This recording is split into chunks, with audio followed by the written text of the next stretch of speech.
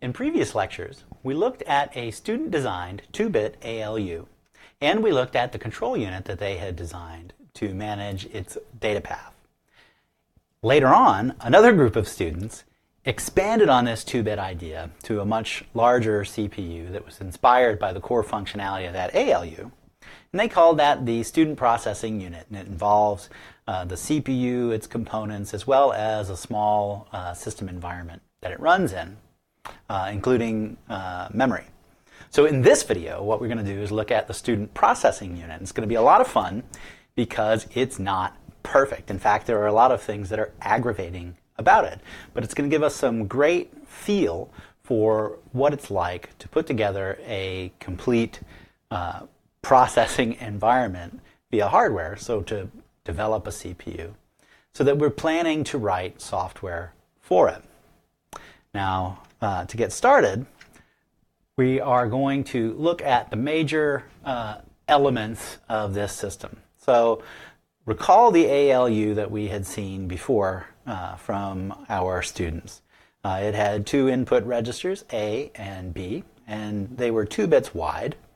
And we had a simple 4-operation ALU, and it produced its output here into register C, which was also 2 bits wide, and it generated a couple output flags. Those flags were the carry flag, the sign flag, and the 0 flag.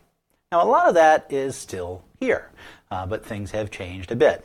First, you'll notice that registers A, B, and C are all 11 bits wide. Now, 11 bits may seem unusual since it's not a power of 2, but it's pertinent in the grand design of this student architecture. We unfortunately don't have time to go into it in this particular video, although it may sort of come up as a aside later. But that's the big thing that we're going to see changing here. First, we're going from a 2-bit system to a 11-bit system. Also, the ALU performs more operations. It still has the core ones that it used to, like AND, invert, and addition, but rotation has been replaced by a shifting instruction. You can shift left or you can shift right, and that's the A register that gets shifted. And because it's 11 bits wide, you can shift anywhere from 0 to 10 bits all at once. Whereas before, you could only rotate 1 bit and in one direction. Now, it appears that this is 2 different instructions, since one goes to the left and one goes to the right, but these are actually the same instruction with a different parameter in the encoding that allows it to say which direction it's going to go, whether it's left or to the right. And a key issue here is that these shifts are always signed, which means that they do sign extension when we shift to the right. It has no real ramification when we're shifting to the left. But we will get sign extension when we go to the right, but we can fabricate or synthesize a right shift that brings in zeros by using an AND with an appropriate bit mask to get rid of the high order bits that were sign extended, should we choose to. We've also extended this ALU to include the OR operations and exclusive OR operations, so that we get our major complete set of basic digital logic functions, or bitwise logic functions. And we've added a subtraction function, and that subtraction function takes A and subtracts B and stores the result in C. Additionally, since it's a very common operation in various types of looping code or string processing code, we've added an instruction that increments or decrements register A, putting the result into register C. Now, this nasty business from Google Docs keeps showing up here, but that SIDP acronym is just to remind us that while these appear to be 2 different instructions, they're only 2 different instructions in the way we write them in our assembly language programs. They're actually implemented as a single instruction with different parameters in the encoding. Now, the output flags have changed only marginally. There's still a carry flag, and obviously it's only 1 bit wide, and it's only going to be updated, or it's primarily updated when we do addition or subtraction, or either of the 2 shifts. When we do addition and subtraction, the carry flag is naturally defined as the carry out of the last full adder, but when we're doing the shifts, the basic idea here is If you shift 3 bits to the left, then you're going to do 1, 2, 3 shifts, and at that third single bit shift, that last bit that's shifted out, that's the one that fills this carry flag slot, whether it goes out of the left or it goes out of the right. Now the sign and 0 flags down here, these are going to be updated anytime register C is changed. And in this grander CPU design, the SPU,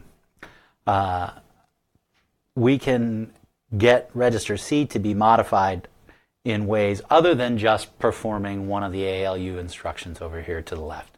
And you'll see how that works in just a bit. But anytime C is modified, we're going to have to update the sign and 0 flag. Okay, so here are the big system components.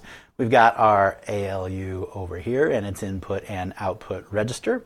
But then we also have 5 additional registers. One is PC, which stands for the program counter. And this register contains the address of the next instruction we're going to execute. The IR register is the instruction register, and it is unlike the others in that it's not 11 bits wide, it's 16 bits wide, so it's 2 bytes wide, and it contains the current instruction to be executed. Not the next one, but the current one. The AR register, or the address register, this is a place where we can store addresses to be used for doing indirect references into memory, so sort of like using pointers. And it's used as input and output for making system calls to our teeny tiny operating environment. The SP register is the stack pointer, and it points to the top element of the stack. And as you can see here in this memory diagram, the stack starts up here in the highest addresses of memory and then grows down as we put things into it. But since the stack pointer points to the top element, that means each time we put in a new element, we're going to put it a little lower here in the stack, lower in memory. And so we'll have to adjust the stack pointer from a high address to an address that's 1 lower. So we'll be subtracting 1 or decrementing.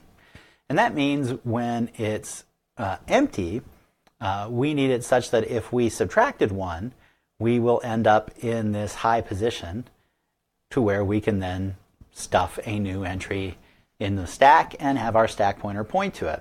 And since our addresses are all 11 bits, and these registers, like the stack pointer register A, B, C, PC, and so on, are also 11 bits, that means we're going to start our stack pointer off with the value of all zeros. So when we decrement once, it's going to wrap around to 7FF and get us our first element in the highest piece of memory. The final register is the temporary register, temp, TMP. And this register is used when we want to back up something from A or B or C, but we don't want to put it to a variable in memory, and we don't want to push it to the stack because pushing to the stack means involving memory, which is outside of our CPU. And so it's inherently slow. And temp being a register directly inside the CPU means that it's faster than using the stack or any other piece of memory for that matter. And then as a quick reminder, again, because we are an 11-bit machine, and our address register here and our program counter register, which points to code we might execute, or our stack pointer register, which points to things in memory that are part of the stack, all of those are limited to 11 bits. So our memory range is limited to what we can represent with 11 bits of address space. And we're going to make each of those addresses point to a single byte. And so we have our addresses from all zeros to 7FF, which is 11 ones. Now, when the SPU starts to run, or when it's turned on or reset, the first thing that's going to happen is all the registers. I didn't talk about that. Let me go back real quick and talk about this other business. So each of the registers, A, B, C, PC, AR, and so on, they all have these nice shorthand names. And these are the names we are effectively going to be using all the time in our program when we need to access those individual registers. However, if we want to, we can also represent them based on their register indices. And so there are 8 registers in total. This is, A is the same as register 0, and the $ in our representation is going to indicate a register by number. So A is register 0, B is register 1 or $1, C is register 2, $2, and P, C, IR, AR, SP, and temp are registers 3, 4, 5, 6, and 7, respectively. Okay, so when the system starts, all those registers from 0 to 7, all 8 of them, are cleared so that their internal values are all zeros. That means the program counter is going to be pointing to the bottom of memory, which is where we will start running our code from. And as we move through time, we'll increment the program counter by a certain amount, and that'll take us to the next line of code. It also means that the stack pointer has all zeros in it, and so it's pointing to nothing because there is no top of the stack, and it's ready for us to do a push. Then we're going to enter from steps 2 through 5, I guess, really, the fetch, decode, execute cycle for the SPU. And while for certain CPUs, in fact many of them, fetch, decode, and execute may not be the only stages involved at all, this is typically what we call this primary cycle of the computer. So in the fetch stage, what's going to happen is the instruction register is going to get set to whatever value is referenced by the program counter. So the program counter will have some 11-bit value in it, and that's going to point to some location in memory where our code is. And we're going to grab 16 bits starting at that address, so 2 bytes in a row, and pull that into the instruction register. After that's done, then we are going to increment the program counter by 2. And the reason we are incrementing it by 2 is because the instruction we just read from it is 2 bytes long. So we have to skip 2 bytes to get to the next instruction. And all instructions are coded that way as 16 bits. There's no variation to make this simple.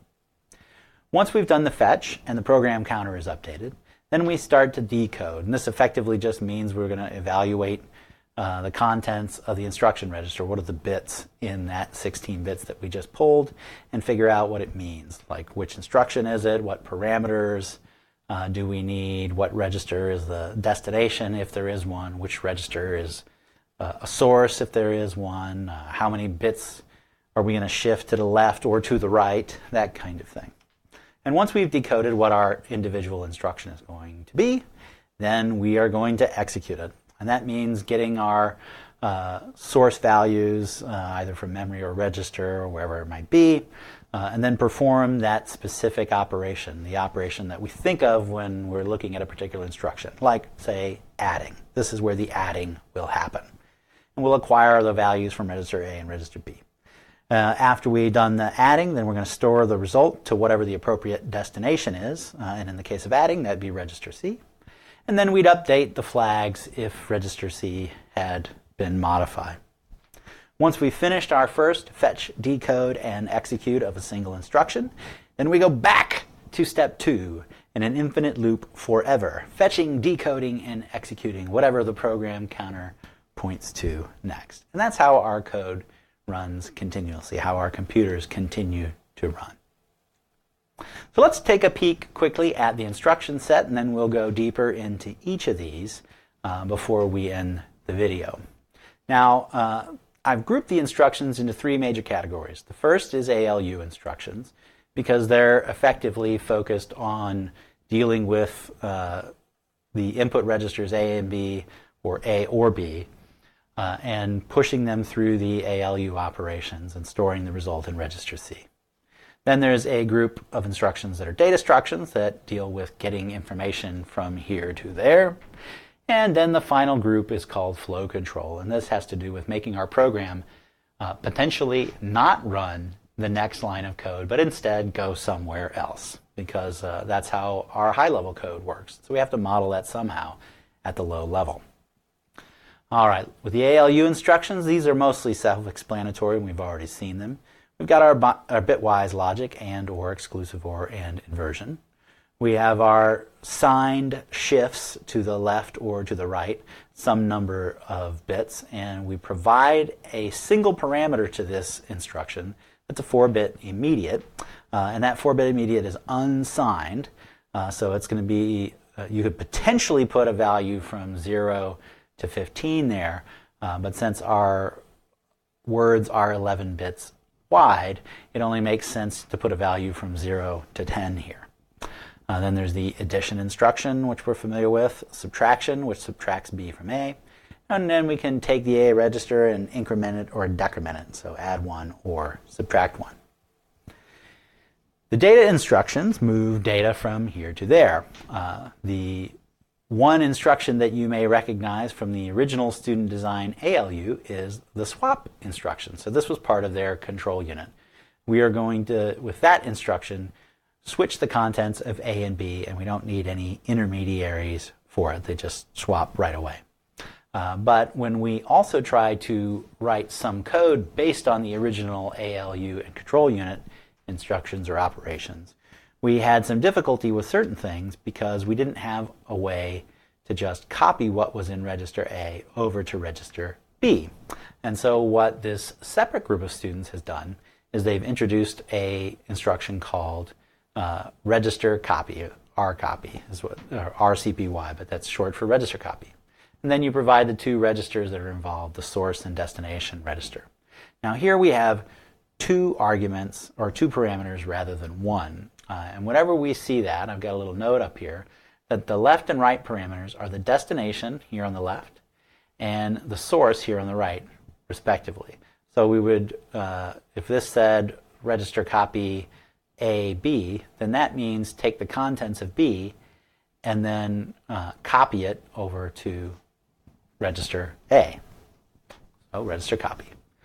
Load sounds like it might do something like put a value into a register similar to register copy, and it is, but it doesn't get the value from another register. Instead, it gets it from a memory location. So the load instruction takes an address, an 8-bit address, not an 11-bit one, but an 8-bit one, and then copies the contents of that address into whatever register we want.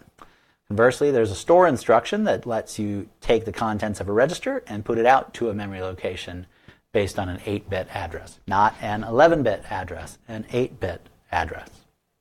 Now these have the inherent problem of not being able to get all of the 11 bits of addressable memory space. And so if you want to deal with that, you use the load P and store P instructions. These only take a single parameter because the address is implied, not the actual address that we're pointing to, but there is a register, let me go back, called the address register.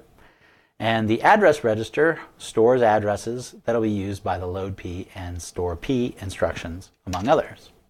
And so here, all we're basically doing is we're going to say load from whatever memory location is pointed to by AR, copy that value into this target register. Or take this register for the store P function, store via, this P means pointer, or store via a pointer. Take this register and use the address register as a pointer to memory for where you copy this register's value.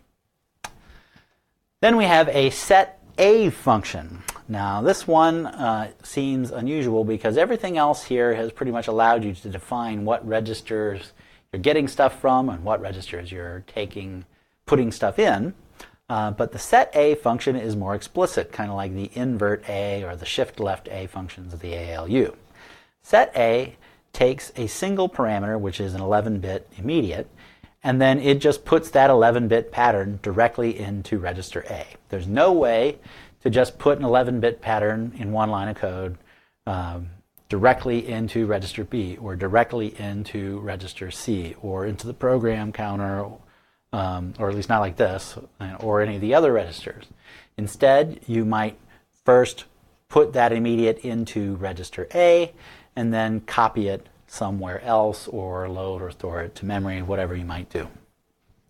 Now, it may also be the case that during your code you want to back up some stuff, but you don't have registers, or I'm sorry, variables created for the different values you're calculating because you don't know how many values you'll calculate, Say you're getting user input and you don't know how much there will be. Then you can use the system stack to push and pop data as you please. So we can push something from a register to the stack or pop something from the stack into a register. All right, the flow control instructions basically change what piece of code we're going to run next. We're going to go over all of these in just a minute, so I'm not going to dwell on it right here. But basically, we have a bunch of functions that start with BRA, which is short for branch. And the first one here, BRA, is what's known as an unconditional branch. It doesn't have any other characters after it like all the rest of these do. And so this line of code basically says, give me an 11-bit address of some other location in memory, presumably that's code, and branch away from whatever we're doing right now to there and start running code from there. And that's what branches basically do. An unconditional one just does it all the time, so you just say branch to here and it does. But the rest of these that start with BRA are conditional branches, and the characters that come after them help remind us of what conditions it takes to make the branch actually happen. Otherwise, our code just keeps running like normal and doesn't jump to someplace else. So, for example, BRAZ is short for branch 0. Branch if the 0 flag has a 1 in it, which, by the way, is the same thing as if we did a subtraction and we found out that registers A and registers B were equivalent, because when you subtracted some number from itself, you would get 0 as a result. So we can also write BRAE, branch if equal, if what we mean is not so much that the 0 flag is set, but that the two values we compared through subtraction are equivalent. And so all of these work in that same way. There's branch for the sign bit being set or not set. Branching for less than, branching for greater than. Here's a branch for the carry bit. Here's a branch if the carry bit is not set, so branch not carry. And then the last three are the ones that are the most interesting. Call is for calling functions that live at a particular address. Return goes back from a function to whomever called it. And the last function, or the last instruction here, sys, takes a 4-bit immediate, and this asks or tells the SPU operating environment to run one of its built-in 16 functions. And only a couple of these are defined, and we'll go over those in just a bit. So now I want to run through all those instructions again. For the most part, I won't dwell on these slides, since you can review this stuff and look it up. And I will put these slides up in a link below this video so that you can use it as a reference. The ALU instructions are easily the easiest. So for most of these instructions, and or exclusive or, add and subtract, registers A and B are the input and register C is the output. They'll update the sign and 0 flags because we are updating C as a side effect of these. And if we ran the add and subtract, we would update the carry flag. Now we'd also update the carry flag if we were doing shifts. So we can see down here for the shift left and shift right, when it manipulates C, we're going to have to update the carry flag as mentioned before, where the last bit shifted out is the one that goes into the carry flag. So we've got invert, so register C gets the bitwise inverse of A, update some flags. Increment and decrement, they both work off of A and store the results into C. They just add 1 or subtract 1. And then all the flags are updated because these are manipulating C and they are effectively addition or subtraction instructions. Then we have our shifts down here. Remember, the shifts are signs, so they do sign extension. If you provide an immediate between 0 and 10, then that is valid. And if you provide 0, that just doesn't shift A, whether it's left or to the right, any bits at all. So it's effectively just a copy of A into C. Now if you send the number 11 or 15 as a parameter to this function, that behavior is totally undefined. You might as well consider it a failure or a crash because we don't know what will happen.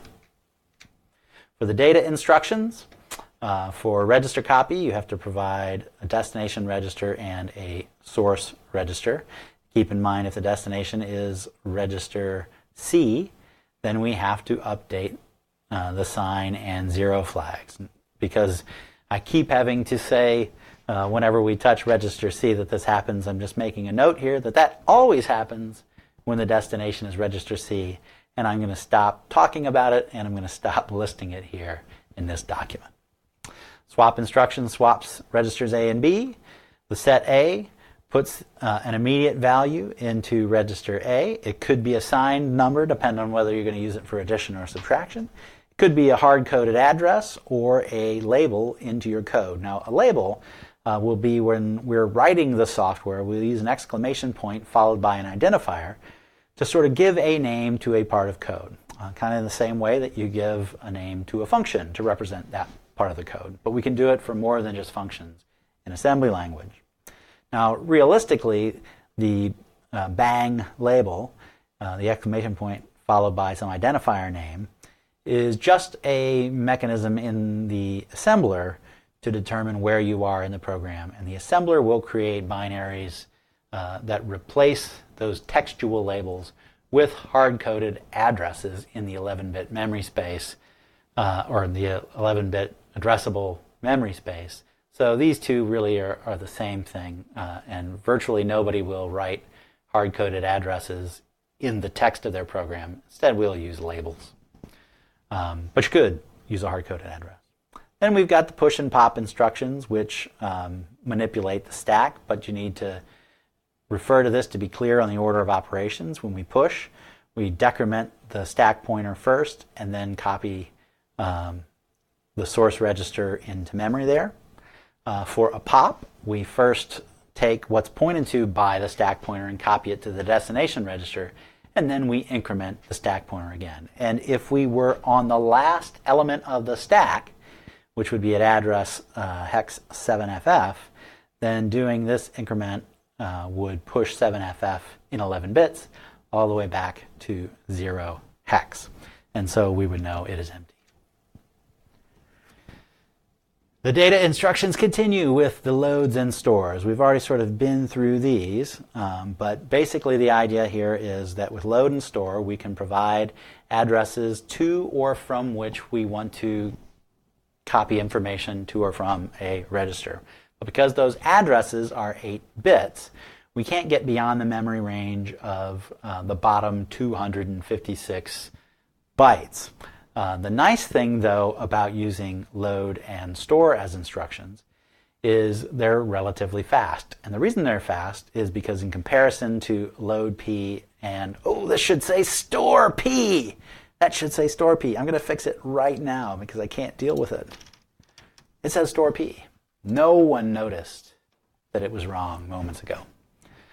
The store P instruction and the load P instruction both require that the address register, or register AR, be preloaded with the address to which or from which we want to do the copying. And so that means in order to use these to gain access through this 11-bit register to all of memory, where's my pointer? To all of memory, you would have to at least execute another instruction, maybe more, to get the address into the address register before calling load P and store P. So this one can go to all memory, but it's slow. Load and store can go to some memory, but it's fast. A very limited portion of memory, but it is fast. All right, the last set of instructions, only 2 slides to go, this one and one more, is the flow control instructions. So this first set of flow control instructions are all about the conditional branches. And they all start with BRA, which is short for branch. And all these instructions do is take us to another part of the program by updating the program counter if its condition is met, or if their conditions individually are met. So we can use these to implement loops and other conditional flow control structures, if statements, if else statements, if else statements, etc. They all take one parameter, an 11-bit immediate, and this is the address of the line of code to suddenly branch off to should the conditions be met. And that basically just means replace the program counter with whatever that immediate value is. And in our case, this is almost always going to be done in source code by using a label that has an exclamation point followed by an identifier. If the branch condition fails, then the program counter isn't set to that immediate, which means because of the FetchDecode execute cycle, starting with fetch incrementing the program counter by 2, the program counter is already at this point pointing to the next line of code, the one that comes right after our conditional branch. And so if the branch condition fails, the next line of code will just naturally run. All the ones with relational names like branch less than or equal assume the notion that you're doing something like subtracting B from A. But the idea here is you're not going to use branch less than as the instruction that you type in your code if what you're really thinking about was whether you performed some kind of abstract bit operation and is the high order bit set or not. If you're doing that, then you want to use the BRAS function, branch on the sign bit or branch on not sign. If you're thinking about what you're doing in terms of mathematical comparisons, then you want to use the relational names like branch less than or equal or branch greater than. So let's review all these really quickly. BRA is the unconditional branch, which always branches to the target. The next two are equivalent. Branch 0 and branch if equal are both the same because they basically just branch if the 0 flag has a 1 in it. We're going to branch not 0 or branch not equal if the 0 flag is 0. Branch on the sign bit being set, or if the subtraction showed that A is less than B, that's really just if the sign flag is a 1. We're going to branch if the sign bit is clear, or we could say branch greater than or equal with the GE, based on the subtraction concept as comparison again. And that really is just looking to see if the sign flag is A0. But then we have some multi-condition comparisons that are really pretty common. So the opposite of branch less than is the same as branch greater than or equal. And they're able to work because if you think about it, doing a subtraction of B from A, you'd find out that A is less than B if you got a negative number as a side effect, in which case the sign flag would be high. And so then if we just do the opposite, check to see if the sign flag is 0, then that gives us the opposite of less than, which is greater than or equal. Well, what about less than or equal? In that case, if A is less than B, the sign bit could be a 1. But if we want to see that they might also be equal, if A minus B shows that A and B were equal, the 0 flag might be set. So if the 0 flag is set or the sign flag is set, then the branch less than equal instruction will jump to the new target. The opposite of that is branch greater than. But for this one, we have to invert this logic. And so if we think of this as x or y as a Boolean algebra expression, and then we want to invert that whole or, then we can use De Morgan's to replace the or with an and then invert each of the individual elements of the product. And that means that the opposite of branch less than equal going to branch greater than will be that the 0 flag is 0 and the sign bit is 0. So that tells us that A is greater than B. And that should make sense because if A is greater than B, then the result of subtracting can't be 0 and the result must be positive. So the sign is 0. The last two are based on the carry flag. Branch if the carry flag is 1. Branch if not carry means is the carry flag a 0. And the final three flow control instructions are call, return, and sys.